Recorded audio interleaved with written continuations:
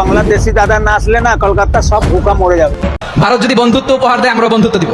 বন্ধুত্ব দিলে বন্ধুত্ব পাবেন। বন্ধুত্ব ইজ ওয়েলকাম, দাদাগিরি নয়। বন্ধুত্ব ওয়েলকাম, দাদাগিরি নয়। Loud and clear. ভারত যদি বন্ধুত্ব দেখায়, বন্ধুত্ব পাবে। কিন্তু ভারত যদি বাংলাদেশে আধিপত্যবাদ বিস্তার করতে চায়, বাংলাদেশের 18 কোটি জনগণ সেটা রুখে দেবে। ভারত যদি গৌর গোবিন্দের ভূমিকায় নামতে চায়, দেশের 18 কোটি মুসলমান শাহজালালের ভূমিকায় নামবে। যে কোনো ধরনের কনস্পাইরেসি, ষড়যন্ত্র, আধিপত্যবাদ মোকাবেলায় জাতীয় ঐক্যের চেয়ে মুখ্যম হাতিয়ার আর নাই। আমাদের একটা প্রতিবেশী দেশ আছে, আমরা আমাদের দেশ নিয়ে যত ভাবি, তারা তার চেয়ে বেশি ভাবে। প্রতিবেশী দেশকে বলবো, আপনারা নিজের চরকায় তেল দেন, আপনারাও শান্তিতে থাকেন, আমাদেরকেও শান্তিতে থাকতে দেন। চীনা দুর্নীতির সাম্রাজ্য টিকে ছিল সচিবালয়ের কর্মী অর্থাৎ আমলাদের পিঠে ভর করে। আগুনের ঘটনায় ফেঁসে যেতে পারেন এমন 8 জন প্রভাবশালী এলিট শ্রেণীর আমলাদের নিয়ে আলোচনা। সম্মানিত দর্শক মণ্ডলী, ভারত বাংলাদেশের সম্পর্কে যখন ফাটল ধরেছে, তখন দীর্ঘ 5 বছর পর দেশে ফিরেই ভারতের বিরুদ্ধে বোমা ফাটালেন বিশ্ববিখ্যাত, বিশ্ব নন্দিত বক্তা মিজানুর রহমান আজহারি। অন্যদিকে প্রশাসনের মেরুদণ্ড সচিবালয়ে আগুনের বিষয়ে বেরিয়ে এলো চাঞ্চল্যকর সব তথ্য। আর এ নিয়েই থাকছে আজকের ভিডিওতে বিস্তারিত প্রতিবেদন। তাই আজকের ভিডিওটি অত্যন্ত গুরুত্বপূর্ণ হতে যাচ্ছে। 1 সেকেন্ড না টেনে ধৈর্য সহকারে পুরো ভিডিওটি দেখার জন্য আহ্বান করছি। আর একটি ছোট্ট রিকোয়েস্ট করছি, তা হলো যদি আপনি আমাদের এই চ্যানেলের নতুন দর্শক হয়ে থাকেন, অবশ্যই আমাদের এই চ্যানেলটি সাবস্ক্রাইব করে একটি লাইক দিয়ে পাশে থাকা বেল বাটনটি অন করে দিবেন। তাই আর কথা নয়, চলুন সরাসরি আমরা ভিডিওতে চলে যাই। সচিবালয়ে আগুনের ঘটনায় সিসি ক্যামেরার ফুটেজ সংগ্রহ করা হয়েছে। আজকে সচিবালয়ে আগুন দিয়েছে উপদেষ্টা আসিফ এবং এখানে সচিবালয়ের ভিতরের লোক জড়িত। 17টা বছর আমি বাংলাদেশের পেছনে ব্যয় করি নাই, এই বাংলাদেশ দেখব বলে। সচিবালয়ে আগুন ইচ্ছাকৃতভাবে লাগানো হয়েছে, এমনটাই অভিযোগ তুলেছেন সাধারণ জনগণ। প্রাথমিকভাবে শর্ট সার্কিট থেকে আগুন লাগার কথা ধারণা করা হলেও বিভিন্ন অনুসন্ধান থেকে বিভিন্ন তথ্য পাওয়া যাচ্ছে। কেউ বলছেন সচিবালয়ের নথিপত্র ধ্বংসের উদ্দেশ্যে ষড়যন্ত্রভাবে আগুন লাগানো হয়েছে। আমাদের একটা প্রতিবেশী দেশ আছে, আমরা আমাদের দেশ নিয়ে যত ভাবি, তারা তার চেয়ে বেশি ভাবে। কথা বুঝতেছেন না? আরো ভেঙে বলতে হবে। হ্যাঁ, আমরা আমাদের দেশ নিয়ে যত উদ্বিগ্ন, এদের আরো টেনশন বেশি। বলেন, আমাদের দেশে শান্তি আছে না নাই? আমরা হিন্দু মুসলিমে কখনো দাঙ্গা লাগে? আসতে বলেন, কেন লাগে? ওদের পূজা পর্বণে আমাদের মাদ্রাসার ছেলেরা যে পাহারা দেয়, চিল্লায় বলেন ঠিক কিনা? আমাদের তাফসীর মাহফিলের সময় ওরা ডিস্টার্ব করে, ঢোল বাজায় না। ওদের পূজা পর্বণের সময় আমাদের তাফসীর মাহফিলের ডেট হলে আমরা চেঞ্জ করে দেই। সুবহানাল্লাহ, কি সাম্প্রদায়িক সম্প্রীতির রোল মডেল। আর ওই বাংলাদেশের ব্যাপারে তারা অনেক ডিসইনফরমেশন ছড়াচ্ছিল। ভারতের অনেকগুলো গণমাধ্যম, আমি জেনারেলাইজ করব না, আমাদের প্রতিবেশী দেশে সব গণমাধ্যমকে আমি দোষ দিতে চাই না, অনেকগুলো গণমাধ্যম তারা ডিসইনফরমেশন শেয়ার করেছে। ডিসইনফরমেশন আর মিস ইনফরমেশনের পার্থক্য আছে। মিস ইনফরমেশন না জেনে ভুল বুঝে একটা মিথ্যা বা ভুল তথ্য ছড়িয়ে দেয়, এটার ক্ষমা আছে, এটা কি আছে? আর ডিসইনফরমেশন মানে ইচ্ছা করে, প্ল্যান করে, ম্যাপ করে, ছক এঁকে মিথ্যা, গুজব, রটনা সোশ্যাল মিডিয়ায় ছড়ানো, এটার ক্ষমা আছে? আওয়াজ করে বলেন, ক্ষমা আছে? ভারতের কিছু গণমাধ্যম তাই করেছে। আমরা ব্যথিত হয়েছি, আমাদের হৃদয়ে রক্তক্ষরণ হয়েছে। আমাদের প্রতিবেশী দেশকে বলতে চাই, আমাদের দেশ নিয়ে আপনাদের ভাবার দরকার নাই। নিজের চরকায় তেল দেন, নিজের দেশ নিয়ে ভাবেন। এইটা আওয়ামী লীগের দোসররা মিনিমাম 10 কোটি টাকা দিয়ে যে তুই এনে চাকরি করলে সারা জীবনে পেনশন সহ পাবি 1 কোটি, আমি তোরে 10 কোটি দিলাম, তুই এই কাজটা কর। আগুনে পুড়িয়ে ফেলার জন্য ওই নথি নিয়ে যাওয়া হচ্ছিল। লোকসভা নির্বাচন ও আদানির দুর্নীতি প্রকাশ্যে আসার পর থেকেই ভালো সময় যাচ্ছে না নরেন্দ্র মোদীর। নানামুখী সংকট ঘিরে ধরেছে ভারতের প্রধানমন্ত্রীকে। বাংলাদেশ ও ভারতের মধ্যকার উত্তেজনা এবার নিয়েছে নতুন মোড়। দুই দেশের মধ্যে চলমান রাজনৈতিক ও ধর্মীয় উত্তেজনার প্রভাব এবার পড়তে যাচ্ছে ব্যবসায়িক খাতে। যারা ক্ষমতায় যায় তারাই তো দুর্নীতি করে।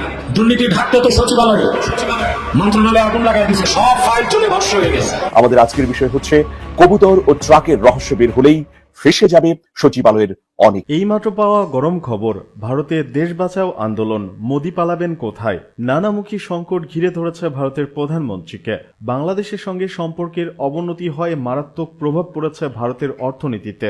এর ফলে ভারতে শুরু হয়েছে দেশ বাঁচাও আন্দোলন। এবার চারদিক থেকে কঠিন বিপদে নরেন্দ্র মোদী। এমন পরিস্থিতিতে প্রশ্ন উঠেছে, জনগণের তোপের মুখে মোদিও কি দেশ থেকে পালিয়ে যাবেন? জানা গেল চাঞ্চল্যকর তথ্য। এদিকে সচিবালয়ে আগুনের ঘটনায় নতুন মোড়। কবুতর ও ট্রাকের রহস্য বের হলেই ফেসে যাবে সচিবালয়ের অনেকে। বেরিয়ে এলো চাঞ্চল্যকর তথ্য। 1000 কোটি টাকার যে দুর্নীতি করেছেন, তার দলিল দস্তাবেজ যার সচিবালয়ে সংরক্ষণ ছিল, এগুলোকে পুড়িয়ে দিয়ে তারা শেখ হাসিনা সহ তাদের দোসরদের রক্ষা করতে চান। ওদেরকে নামিয়ে দিন, ওদেরকে নামিয়ে দিন, ওদেরকে নামিয়ে আনুন, ওদেরকে নামিয়ে আনুন। বাংলাদেশে কৃষক আন্দোলন যা আজ দ্বিতীয় দিনে পড়েছে একেবারে রণক্ষেত্র, শম্ভু সীমানা, ব্যাপক উত্তেজনা সেখানে। একেই বলে ঠেলার নাম বাবাজি। বাংলাদেশের বয়কটের ঠেলা সামলাতে না পেরে এবার ভারত শুরু করেছে হাউমাউ। ভারত বাংলাদেশকে মিথ্যা ভয় দেখিয়ে যে শিক্ষা দিতে চেয়েছিল, এখন উল্টো তারাই শিক্ষা পেয়ে গেছে। নাকে ক্ষত দিয়ে উল্টো এখন তারাই বাংলাদেশিদেরকে ডাকছে। কারণ বাংলাদেশের পর্যটকের জন্যই কলকাতার মার্কেটগুলো গড়ে উঠেছিল।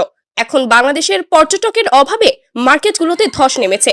পুরো কলকাতায় এখন হাহাকার শুরু হয়েছে। একদম হচ্ছেই না, সারাদিন বসে বসে এমনি। সম্মানিত দর্শক মণ্ডলী, ভারত বাংলাদেশের যে সম্পর্ক, সে সম্পর্কের ভিতরে এখন ফাটল ধরেছে। আর এই ফাটল ধরিয়েছে ওই ভারতের দাদাবাবুরাই। তারা অনবরত বাংলাদেশের বিরুদ্ধে বিষোদ্গার করে যাচ্ছে। কেউ কেউ বলছেন যে ভারত নাকি এত বড় একটি রাষ্ট্র যে তারা পেশাব করলে নাকি বাংলাদেশ তাদের পেশাবের সাথে ভেসে যাবে।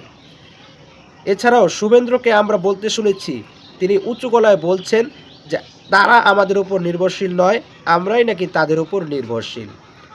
যদি তাই হয় তাহলে বাস্তবতা তো এর বিরুদ্ধে যাচ্ছে। আমরা দেখেছি ভারতের কৃষকরা এখন আলু পেঁয়াজ নিয়ে মাঠে নেমেছে, রাস্তায় নেমেছে আন্দোলন করতে। কেননা বাংলাদেশের সাথে আমদানি রপ্তানি বন্ধ করায় তাদের কৃষকরা এখন পথে বসতে শুরু করেছে। তারা অনাহারে দিন যাপন করছে, না খেয়ে মারা যাচ্ছে। শুধু তাই নয়, আমরা দেখেছি যে কিভাবে তারা বাংলাদেশে তাদের ফারাক্কা বাঁধ সহ বিভিন্ন যখন পানির মৌসুম আসে, বর্ষার মৌসুমে, কিভাবে তারা তাদের বাঁধগুলো ছেড়ে দিয়ে বাংলাদেশের নিরীহ মানুষগুলোকে পানির ভিতরে চুবিয়ে সর্বহারা করে দিয়েছে। এখন সময় এসেছে এ সব কিছুর হিসাব মেলানোর।